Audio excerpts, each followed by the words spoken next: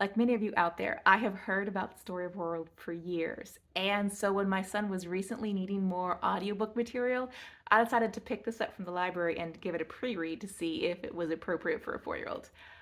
I didn't get too far in and had some major disappointments. Let me tell you about it. Hi guys, I'm Kathleen Lewis. I'm a homeschool graduate and a homeschool mom to a 4-year-old who is gifted.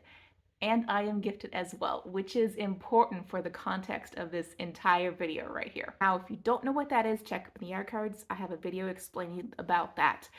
But for the purposes of this video, I want to focus on the fact that gifted people typically do not need things repeated as often in order to learn them, and have better memories, typically. Not all the time, but typically. For example, 6th grade, I did ancient history when I was homeschooled, and that program was so phenomenal, and I had such a fun time learning from it that all of the issues I have with this curriculum right here, I remembered from my 6th grade history. So that gives you a little bit of context of giftedness. Another illustration of this, how easily we learn, is my son. He watched a video about giraffes and then later informed my husband and I that this particular stuffed animal he had was a giraffe because of the bony things on the top of it, the ossicones. And he specifically used the term ossicones. And just last week, he was telling us at dinner that the outside shell of a seed is called a testa. And I had never heard of that before, but he'd been listening to a botany textbook and having heard it, I think, twice over several different weeks, he remembered that information. So that is very important for you to keep in mind here. Okay, so I was reading this book and enjoying the story format of it, and then I get to chapter 3, page 21. The book says the Egyptians used pictures to write with. We call these pictures hieroglyphics. The pictures stood for certain words. This is incorrect. It is not, the hieroglyphics do not stand for words. They're actually phonetic. And I remember this from my 6th grade history, way back more than 20 years ago. There's a small emoji component to it, so it'd be like me saying, I heart you so much, but the language is mostly phonetic. And if you want to check my facts on that, I've got a link down below for you. So I was reading this, I'm like, okay, yeah, that's a common misconception. I'm gonna give it to her. But then at the end of the chapter, page 24, the book talks about how the Egyptians are making paper, and I put that in quotes. Actually, let me start on page 23. Egyptian paper was made from reeds that grew along the banks of the Nile. The Egyptians learned how to soften and mash them into a pulp. They would then spread the pulp out and dry in thin sheets, and these sheets became reed paper, which the Egyptians called papyrus. This is also false. Papyrus is a whole bunch of those reeds that were cut into strips, and the strips were laid out a whole bunch right next to each other, and then on top they put more strips perpendicular. It was not mashed into a pulp. That was the Chinese. Now again, this I remembered from my 6th grade history class. And I'm not a historian by any means, so I'm getting nervous about how many other errors there could be in here. But I was willing to give her another chance, and I kept reading. I only made it as far as chapter 7 when I found another error. This one is in the context of the calendar and the Babylonians and what the Babylonians contributed to modern society. The book on page 50 says, from watching the sky, the Babylonians were able to figure out that the earth goes all the way around the sun. That is a blatant falsehood. I couldn't give her this one. The Babylonians were not able to figure that out because they were still operating under the flat earth theory.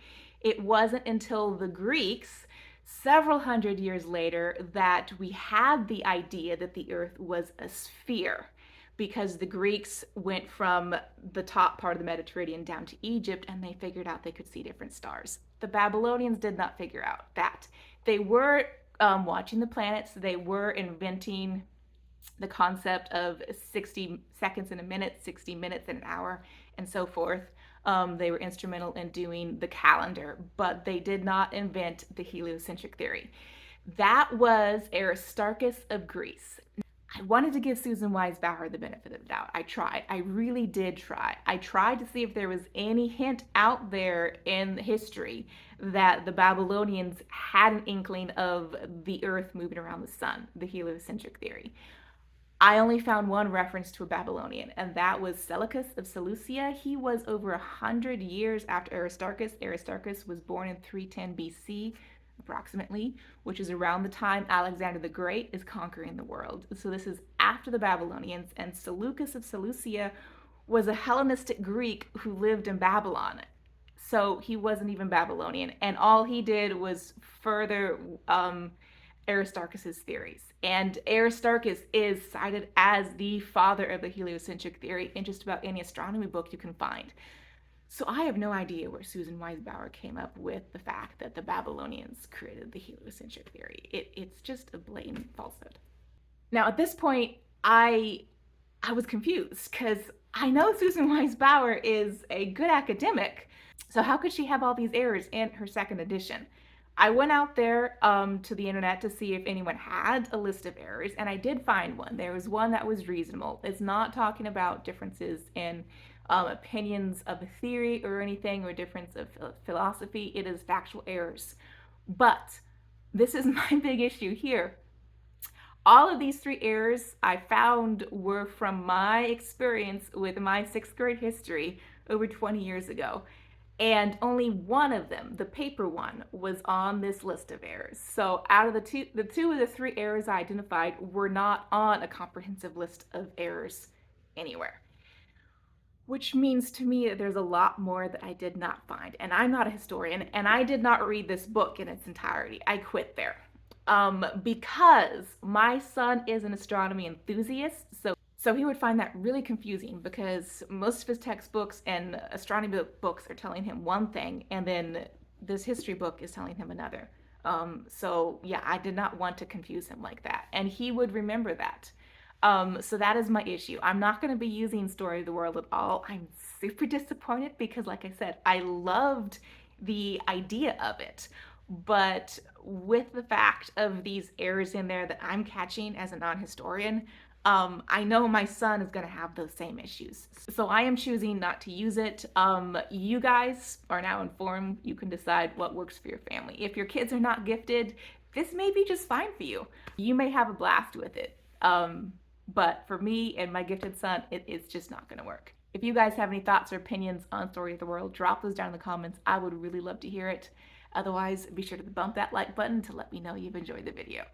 Since I know some of you guys are going to ask, if you want to know what ancient history curriculum I used as a homeschool kid over 20 years ago, check down in the comments. I wrote it down there.